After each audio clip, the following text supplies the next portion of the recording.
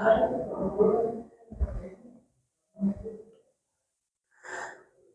Everyone, welcome to engineers the expert 7।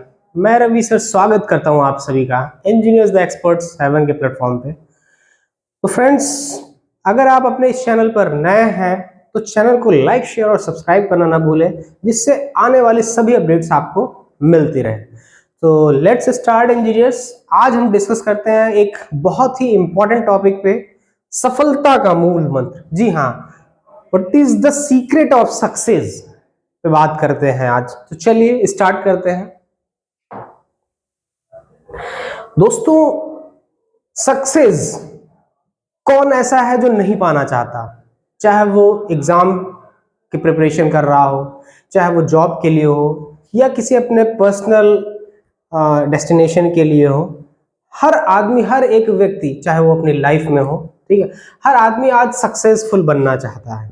लेकिन वो क्या कमी रह जाती है, वो क्या बिग मिस्टेक्स रह जाती हैं जो आप गलती कर बैठते हैं और आपके साथ वाला, आपके साथ रहने वाला व्यक्ति वो सक्सेस लेकर निकल जाता है, लेकिन आप रुक जाते हैं वहीं पे। आपसे ऐसी क्या मिस्टेक्स, ब्लंडर्स हो जाती हैं? जी हाँ दोस्तों, देखिए, इस चीज को हम ऐसे समझ सकते हैं कि अगर आपके पास कोई ऑप्शन नहीं है, कोई आपके पास किसी चीज का सोल्यूशन नहीं है, वैसे तो ऐसा पॉसिबल है नहीं है, अगर प्रॉब्लम्स है तो डेफिनेटली उनका सोल्यूशन जरूर है, लेकिन अगर हम ऐसा वर्क कर लें, ऐसा एक वर्क स्पेस क्रिएट कर लें कि हमें सोल्यूशन की जरूरत ही ना पड़े, क्योंकि आप सभी जानते हैं कि जिस बीमारी का कोई इलाज नहीं होता है, उस बीमारी का जानकारी ही बचाव होता है, उस बीमारी का सावधानी, सेफ्टी ही उसका सॉल्यूशन होता है। तो दोस्तों, मैं कहता हूं कि हम शुरू में ही अपने आप को इतना प्रिपेयर क्यों ना कर लें कि बाद में चल के हमें सक्सेस के लिए ना सोचना पड़े, सक्सेस खुद आप तक आ जाए। जी हाँ दोस्तों, बेसिकली आप देखिए, आप चाहे डिप्लोमा इंजीनियरिंग कर रहे हो, आप बीटेक कर रहे हो, आप किसी भी वनडे एग्जाम्स के लिए ग्रेजुएट कर रहे हो, कुछ भी कर रहे हो, बट मेनली आपसे ब्लंडर मिस्टेक्स क्या हो जाती है? जी हाँ दोस्तों, जैसे लेट्स से दैट, मान लीजिए आप डिप्लोमा इंजीनियरिंग कर रहे हैं, किसी भी ब्रांच से कर रहे हैं, civil, electrical, mechanical, any other, किसी भी ब्रांच से कर रहे हैं, ठीक है।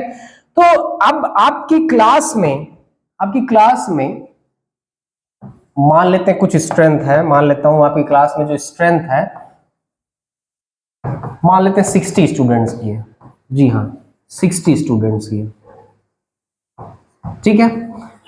तो अब यहां पे 60 स्टूडेंट्स हैं। अब इन्हीं 60 स्टूडेंट्स में से कुछ स्टूडेंट्स ऐसे हैं जो डिप्लोमा या अपना कोर्स करने के जस्ट कुछ ही टाइम में सिलेक्शन ले लेते हैं। कुछ लोग ऐसे हैं जो 1 साल 2 साल प्रिपरेशन करते हैं, कोचिंग करते हैं और फिर सिलेक्शन ले पाते हैं। और वहीं कुछ लोग ऐसे हैं जो एक लंबा सफर, एक लंबी जर्नी, एक ट्रेवल करते हैं और कई बार फेलियर का सामना करना पड़ता है, ठीक है। तब जाके कहीं सक्सेस मिलती है। डिफरेंस कहां क्रिएट हुआ? डिफरेंस कहां क्रिएट हुआ माय डियर? क्योंकि आपके साथ वाला ही है जो आपसे आगे निकल गया, लेकिन आप क्या हैं, आप वहीं के वहीं रह गए। ऐसी क्या फॉल्ट रहेगी, क्या बिग मिस्टेक रहेगी माय डियर? ठीक है, बेसिकली आप जब किसी भी कोर्स की प्रिपरेशन कर रहे होते हैं, उसके रिगार्डिंग जो भी आप कोर्सेज वगैरह कर रहे होते हैं, जो उसका एकेडमिक क्वालिफिकेशन, डिग्री, डिप्लोमा जो भी ले रहे होते हैं, उस दौरान बेसिकली हम करते क्या है कि हम अपने आप को ठीक से प्रिपेयर नहीं करते हैं। उस समय जो हमारी एकेडमिक क्वालिफिकेशन चल रही होती है, जो हमारी professional qualification related degree, diploma जो भी चल रहा होता है, उस समय हम डेडिकेटेड नहीं रहते हैं माय डियर, डिवोटेड नहीं रहते हैं, ठीक है। फॉर एग्जाम्पल मैं आपका ले रहा हूं सिविल इंजीनियरिंग के लिए। अगर आप सिविल इंजीनियर के लिए प्रिपरेशन कर रहे हैं, सिविल इंजीनियरिंग के लिए, ओके, सिविल इंजीनियरिंग के लिए, तो भाई आपके साथ में 60 स्टूडेंट्स और हैं, वो भी पढ़ रहे हैं। आप फर्स्ट सेमेस्टर में आए, सेकंड सेमेस्टर में आए, थर्ड में आए, फोर्थ में आए, फिफ्थ में आए, सिक्स में आए, ठीक है। कुछ सब्जेक्ट्स आपके स्टार्ट हुए लाइक दैट। फर्स्ट सेमेस्टर में आपका ड्राइंग स्टार्ट हुआ, मैकेनिक्स स्टार्ट हुआ, ठीक है। आप उस समय एक एवरेज स्टूडेंट रहे, है ना। आपने उस समय चीजों को सीरियसली नहीं लिया, आपने उस समय चीजों को लाइटली ले लिया, ठीक है। तो वहीं से डिफरेंस क्रिएट होना शुरू हो जाता है। जब आप किसी पर्टिकुलर फील्ड में एंटर करने के लिए शुरुआत कर रहे होते हैं, तो वहीं से आपका कंपटीशन शुरू हो जाता है, ना कि उस कोर्स को कंप्लीट करने के बाद होता है माय डियर। ठीक है, क्योंकि देखिए पेड़ में फल तुरंत से नहीं लग जाता है। ठीक है, पेड़ पहले शोइंग द सीड होता है, उसका बीज बोया जाता है, फिर वो छोटे छोटे पौधे 10 से 15 सेंटीमीटर पौधे में, फिर वो और बड़े पौधे के रूप में कन्वर्ट होता है, फिर एक पेड़ बनता है, तब उसमें जर्मिनेशन होता है, मतलब फिर और सारी चीजें होती हैं, फिर उसमें फल वगैरह लगना, फूल पत्तियां, ठीक है, वो सारी चीजें, और तब जाकर और उसको प्रॉपर उस समय फर्टिलाइजेशन, प्रॉपर उसको खाद पानी सारी चीजें दी जाती हैं। तब एक समय आता है कि जब आपको फल मिलते हैं, फ्रूट मिलते हैं। तो इसी तरह से किसी भी चीज का प्रिपरेशन है, किसी भी चीज का को आप वहां तक आप पहुंचना चाह रहे हैं, उस सक्सेस तक आप पहुंचना चाह रहे हैं माय डियर, तो उसकी शुरुआत कल से नहीं आज से की जाती है my dear, most of the time में। अच्छा, ये नहीं कहा जा रहा है कि आप तुरंत किसी भी चीज में इंगेज हो जाए, नहीं, जो आप एकेडमिक क्वालिफिकेशन कर रहे हैं सिविल इंजीनियरिंग में, भाई इसी आपके ब्रांच में 60 स्टूडेंट्स हैं, कुछ का भाई कुछ इंटेलिजेंट है, जो चीजों के वन टाइम में रिकॉल कर लेते हैं, उनका माइंड थोड़ा सा शार्प होता है। ठीक है, कुछ एवरेज होते हैं जो आपको एक बार में नहीं आता, आप 2 बार उसके लिए ट्राई कर दो, 3 बार ट्राई कर लो, तब वो चीजें आपको समझ में आती हैं। फिर उसके बाद और कुछ जो है भाई वीक होते हैं। ठीक है, कोई वीक नहीं होता है माय डियर, जब आपका डिवोशन उसके लिए नहीं होता तो वहां पे आप वीक हो जाते हैं।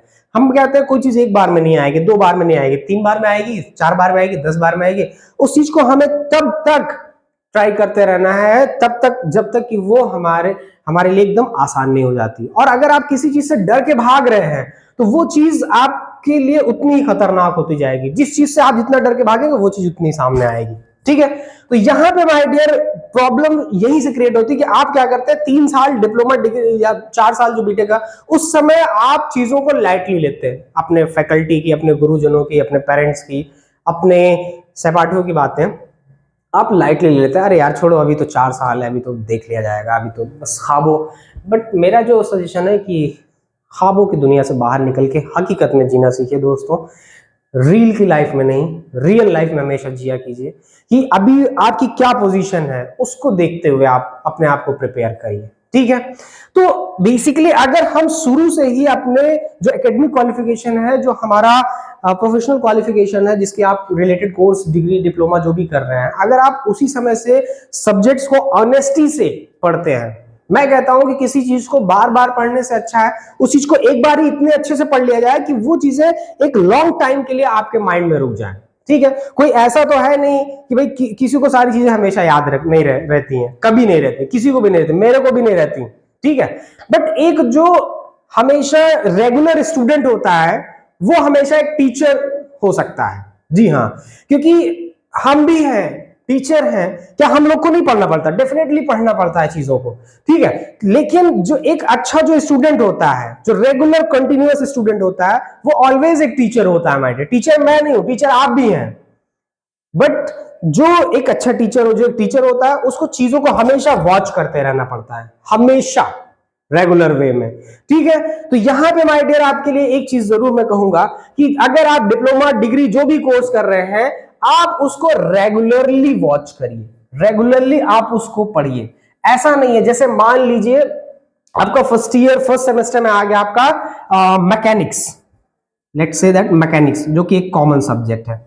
ठीक है, मैकेनिक्स हो गया आपका, बिल्डिंग मटेरियल हो गया आपका माय डियर। ठीक है, ये सारे एक कुछ कॉमन सब्जेक्ट्स हैं जो आपके फर्स्ट सेमेस्टर में, सेकंड सेमेस्टर में नेचुरली स्टार्ट हो जाते हैं। ठीक है, अब मेरा कहने का मतलब है कि आप इसको इसी टाइम में, क्योंकि यहां पे आपके पास फुल टाइम है, लेकिन जब आप डिग्री डिप्लोमा कर लेते हो तब आपके पास टाइम नहीं रहता है। ठीक है, लेकिन यहां पे आपको इसको फुल टाइम देने का टाइम, लेकिन उस टाइम आपने इसको पूरा टाइम अपना नहीं दिया। आपने इसको, दो चीजें हैं कि एक तो आपने इसको केवल सेमेस्टर में पास होने भर के लिए पढ़ लिया। यार सेमेस्टर में फेल कौन होता है? पास होने के लिए तो कोई भी थोड़ा सा मेहनत कर ले पास हो जाता है, लेकिन आप केवल पास होने के लिए मत पढ़िए चीजों को, आप उसको इस तरह से पढ़िए कि उसकी जो भी कंटेंट्स हैं वो हमेशा आपके माइंड में स्टेबल बने रहे, उसको इतना अच्छे से रेडी कर लीजिए। नेक्स्ट सेमेस्टर में आप आ जाइए, सेकेंड सेमेस्टर में आ जाइए, उसमें जो सब्जेक्ट्स हैं आपके लाइक सोम है ना, अगर एफएम है या हाइड्रोलिक्स है, ठीक है, फ्लूइड मैकेनिक्स, ठीक है, ये सारी चीजें, इनको बहुत अच्छे से प्रिपेयर करिए आप लोग, ठीक है। और आगे बढ़ेंगे, आपके सर्वे हुआ, है ना, सॉइल मैकेनिक्स हुआ, ठीक है। इस तरह से और भी सब्जेक्ट्स आपके आते जाते हैं। तो माय डियर, इस तरह से आप उसी समय, क्योंकि जब आप जब आप उस कोर्स को, डिग्री को कंप्लीट कर रहे हो, तब आपके पास इतना टाइम नहीं होता चीजों को पढ़ने का। लेकिन यहां पे जब आप अच्छा देते हैं तो उस समय आपके पास फुल टाइम होता है इनको टाइम देने का, और सारे कंसेप्ट को अच्छे से अपने आप में अब्सॉर्ब करने का। और यही रीजन है माय डियर कि जो टॉपर लोग होते हैं उनको काफी अच्छा कॉन्सेप्ट उनका क्लियर रहता है, और थोड़ा सा वो उनको उनको अगर हम लोग मतलब एवरेज या और भी स्टूडेंट्स की बात की जाए कंपैरेटिवली, तो कंपैरेटिवली उनको कम मेहनत करनी पड़ती। क्यों? क्योंकि उन्होंने उस 3 साल 4 साल की ड्यूरेशन में ही अपने उस रिलेटेड टॉपिक को, रिलेटेड सब्जेक्ट को इतने अच्छे से पढ़ लिया है कि उसको वो उन्हें जल्दी से रिकॉल कर लेते हैं, उनका माइंड उनको जल्दी से रिकॉल कर लेता है माय डियर, ठीक है। अब उसके बाद नेक्स्ट पोर्शन आपका आता है माय डियर, जो कि नॉन टेक का पोर्शन है। जी हाँ, नॉन टेक का पोर्शन है। क्या है माय डियर? नॉन टेक का पोर्शन है। अब नॉन टेक के पोर्शन में आपका बेसिकली आता क्या है? एप्टीट्यूड, जीके, जीएस, है ना, रीजनिंग बहुत ज्यादा हो गया तो इंग्लिश भी आ गया, अगर अधीनस्थ का एग्जाम है तो उसमें हिंदी भी आ जाएगा, ठीक है, ज्योग्राफी भी आ गया, जीके जीएस में तो सब आ ही गया आपका, ठीक है। एप्टीट्यूड हो गया, रीजनिंग हो गई, ठीक है, रीजनिंग वगैरह हो गई। अब ये आपका पोर्शन बचता है नेक्स्ट, नॉन टेक का पोर्शन, ठीक है, जो कि इंजीनियरिंग या टेक्निकल वालों की अक्सर वीक रहती है, ठीक है, क्योंकि हम लोग इतना टाइम तो इस पे नहीं दे पाते हैं जिस तरह से देना चाहिए टाइम, ठीक है। क्योंकि अगर देखा जाए तो एक किसी भी में लगभग 12-14 सब्जेक्ट्स हो जाते हैं, है ना।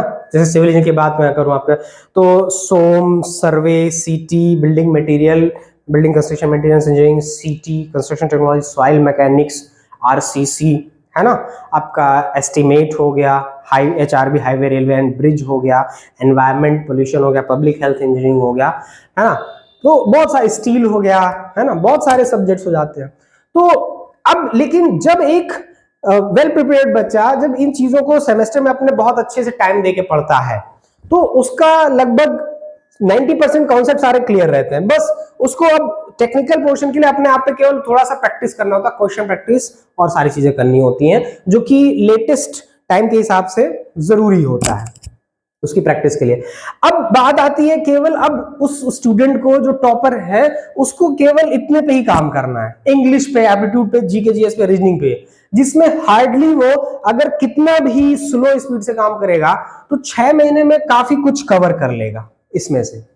तो एक अच्छा उसके लिए प्लेटफॉर्म, एक अच्छी उसके लिए अपॉर्चुनिटी हो जाती है, ठीक है। तो यहीं पे आपसे एक ब्लंडर मिस्टेक्स होना शुरू हो जाती है। एक्चुअली कंपटीशन आपका डिप्लोमा डिग्री कंप्लीट होने के बाद नहीं, आप जब उस डिप्लोमा डिग्री के कोर्स में एडमिशन लेते हैं, एक्चुअली कंपटीशन आपका वहीं से शुरू होता है माय डियर। एक्चुअली डिफरेंस आपका वहीं से क्रिएट होना शुरू हो जाता है।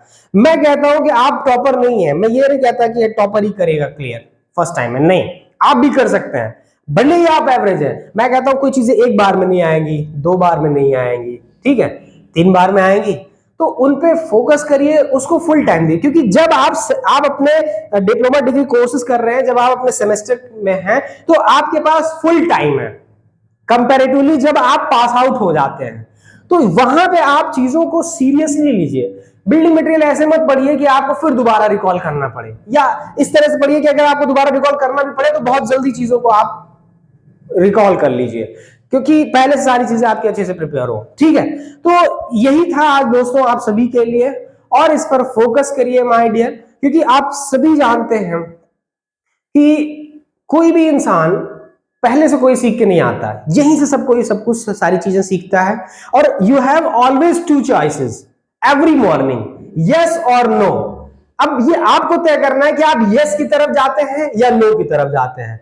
एक पॉइंट कहता है कि आप मेरे को चीजों को पॉजिटिव ले जाना है, यस की तरफ, और एक कहता है कि नेगेटिव। डिपेंड आप पे करता है कि मेरे को जाना किधर है, यस की तरफ जाना है या नो की तरफ जाना है, ठीक है। आपको डिमोटिवेट करने के लिए बहुत सारे लोग मिलेंगे, वो कहेंगे यार तेरे से नहीं हो पाएगा, लेकिन मैं तो कहता हूं कि जो ये कहता है वो चीज तो जरूर आप कर सकते हैं। और ऐसे लोगों से जरूर दूर रहिए जो आपको हमेशा डिमोटिवेट करें।